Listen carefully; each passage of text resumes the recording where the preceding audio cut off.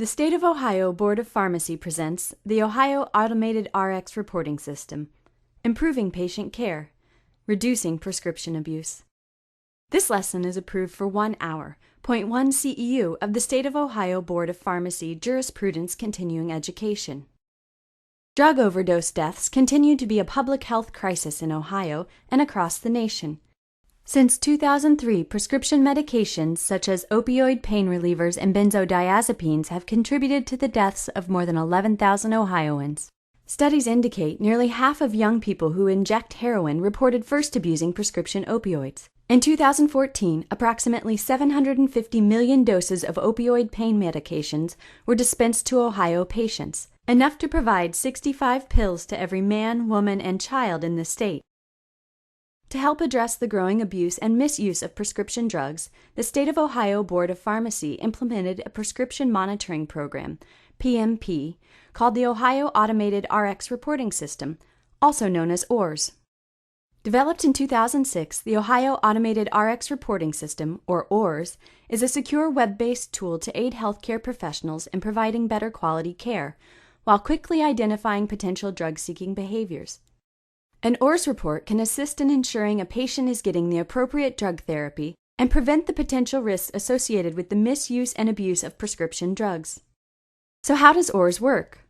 Oarrs collects prescription data on all drug products listed in Schedules 2, 3, 4, and 5 dispensed pursuant to a prescription.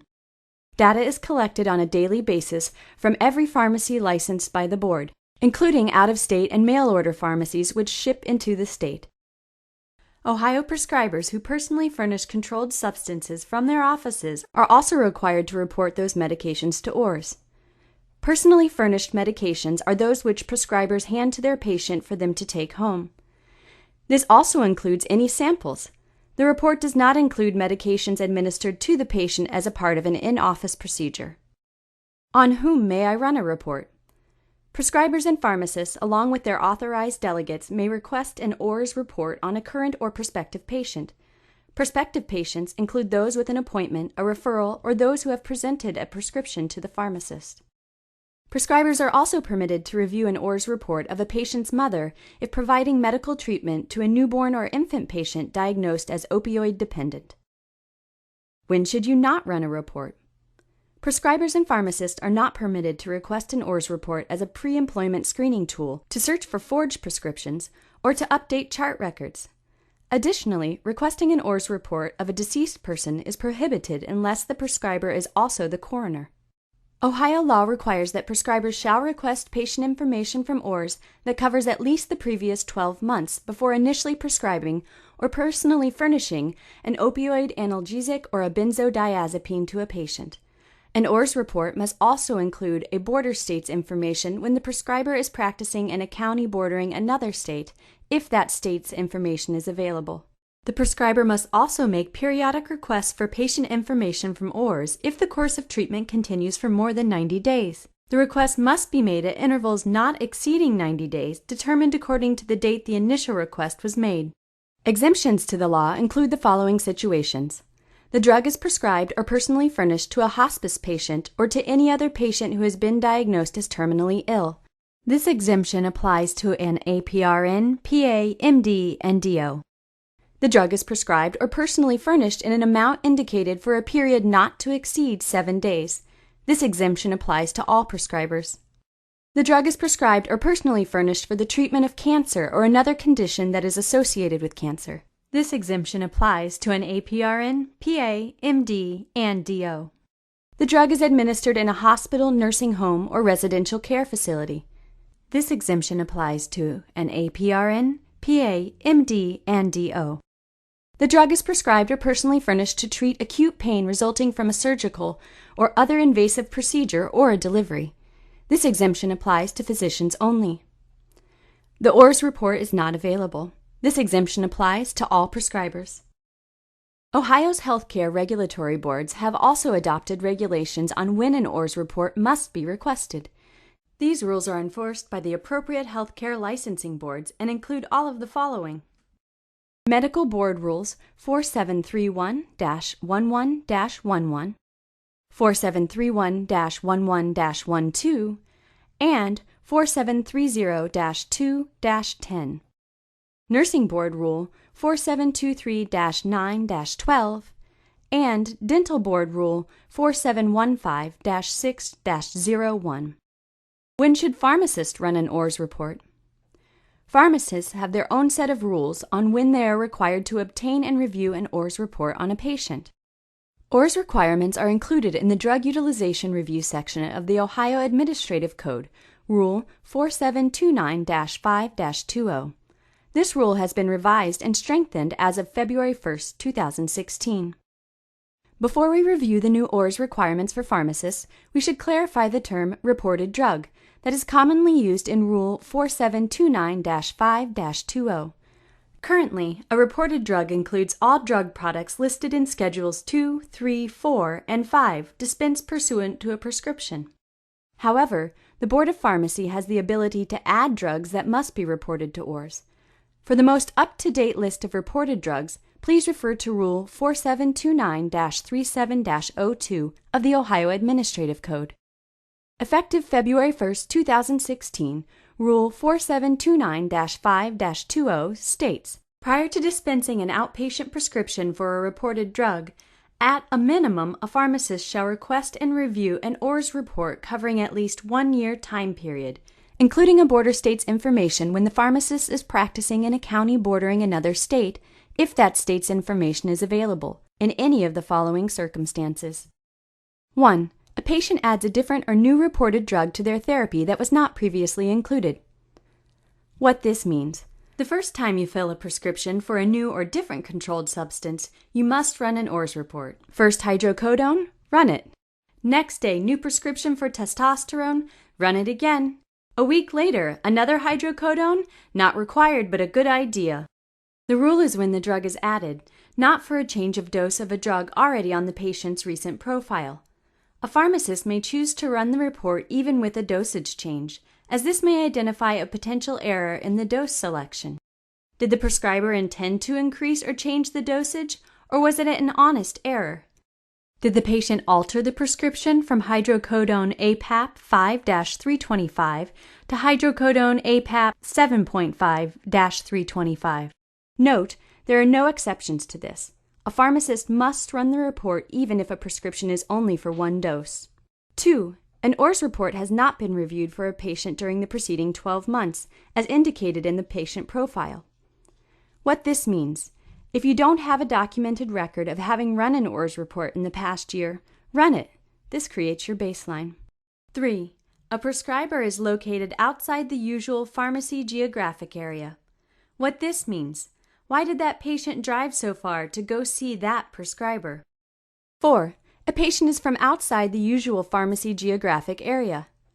What this means: why did that patient drive so far to go to your pharmacy? 5.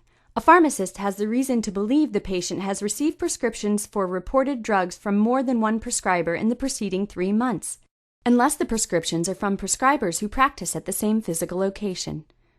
What this means: when a patient sees multiple prescribers who practice at the same location, the prescriber is working from a common chart with the patient's medication records. 6. A patient is exhibiting signs of potential abuse or diversion. This includes but is not limited to overutilization, early refills, appears overly sedated or intoxicated upon presenting a prescription for a reported drug, or an unfamiliar patient requesting a reported drug by a specific name, street name, color, or identifying marks. What this means: the occasional early refill is normal. People need to refill their medication before they go on a vacation. But to refill early every month just because the insurance will pay for it at a 75% exhaust level allows a patient to stockpile medications, increasing the chance of an unintentional overdose. Watch for accumulation of drugs. Remember, a prescription, to be valid, must be issued for legitimate medical purpose by a prescriber acting in the usual course of his or her practice. The responsibility for the proper prescribing is upon the prescriber, but a corresponding responsibility also rests with the pharmacist, who dispenses the prescription.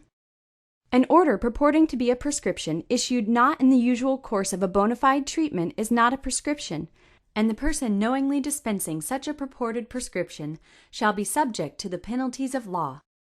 Pharmacists shall use professional judgment when making a determination about the legitimacy of a prescription. A pharmacist is not required to dispense a prescription of doubtful, questionable, or suspicious origin. It's important to remember the rules are a minimum requirement. A pharmacist or prescriber is permitted to run an Oarrs report on any current or prospective patient at any time. Institutional pharmacists are not required to request an Oarrs report on an inpatient. They are required to request a report when filling a prescription for an outpatient, such as a discharge prescription or a prescription filled for an employee. Next, what is contained in an Oarrs report? The following slides provide an overview of the information that is contained in an Oarrs report.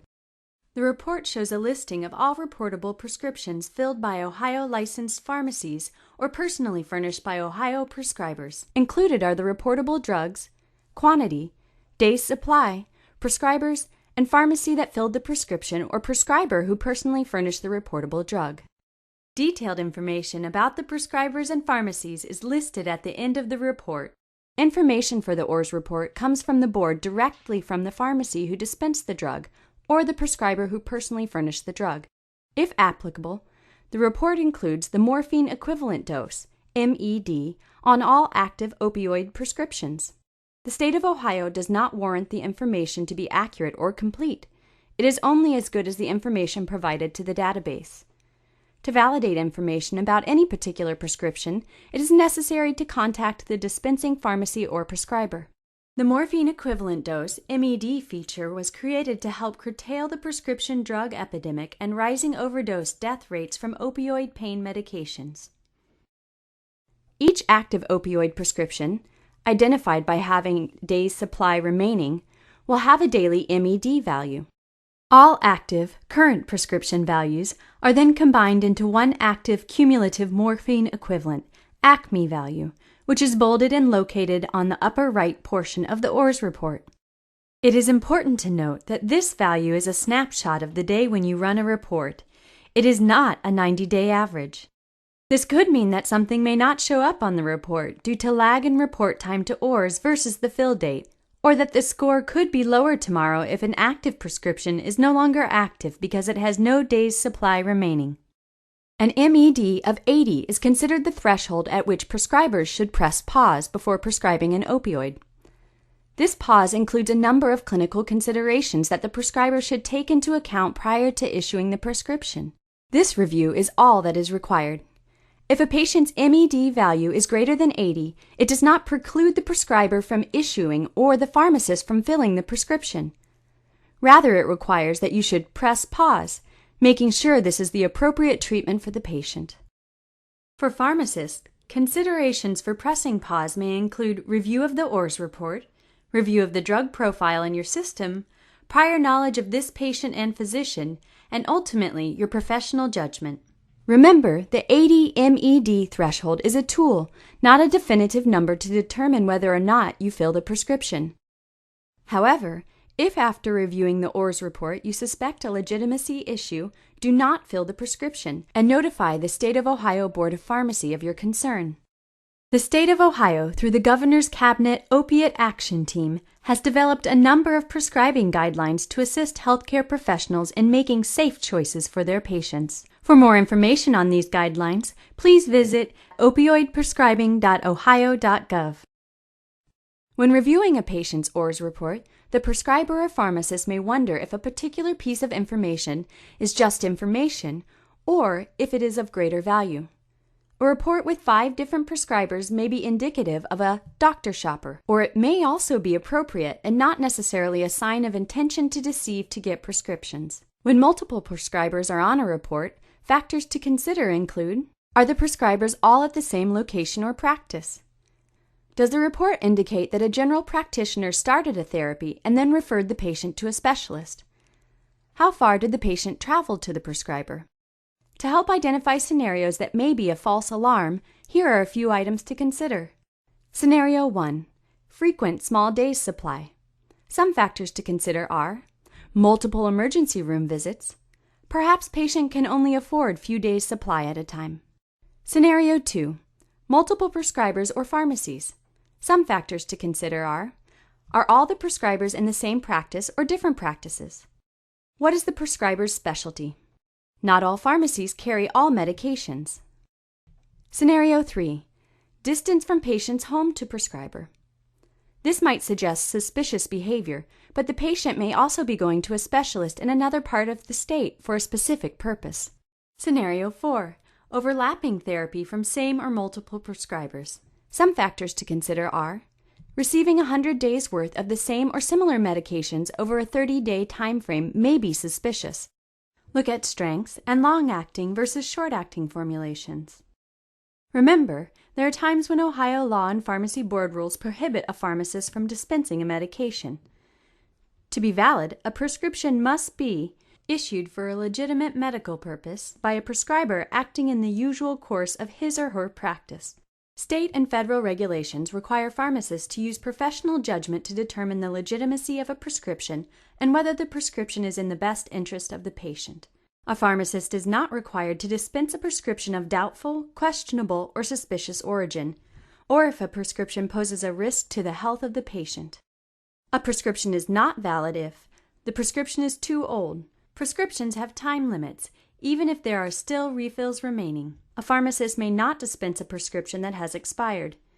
If refills were authorized, they are good for 1 year from the date the prescription was written on a non-controlled medication and 6 months for a controlled substance medication. The prescription has not been filled for the first time within 6 months of the date issued. New prescriptions must be filled for the first time within 6 months.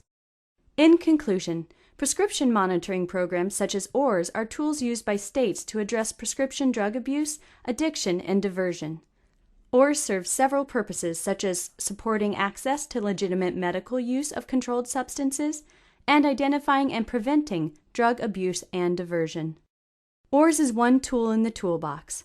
Follow the rules when a prescriber or pharmacist must review an Oarrs report to help aid in the decision-making process of how to treat or proceed with the patient. Remember that the quantity alone is never the only issue. The issue is always ensuring the patient is receiving appropriate medical care. Sometimes that means saying no. It's okay to say no. You might just save a life. Get started today. Access the Ohio Automated RX Reporting System at www.pharmacy.ohio.gov. Did you know that medical providers play an important role in identifying risks and substance use among adolescents? The American Academy of Pediatrics recommends providing substance use screening and counseling to all adolescents as well as children in upper elementary grades. Research shows that adolescents are more willing to discuss substance use with a medical provider, but state they commonly do not because they simply were not asked. The time is now to start talking. To learn more, please visit www.starttalking.ohio.gov.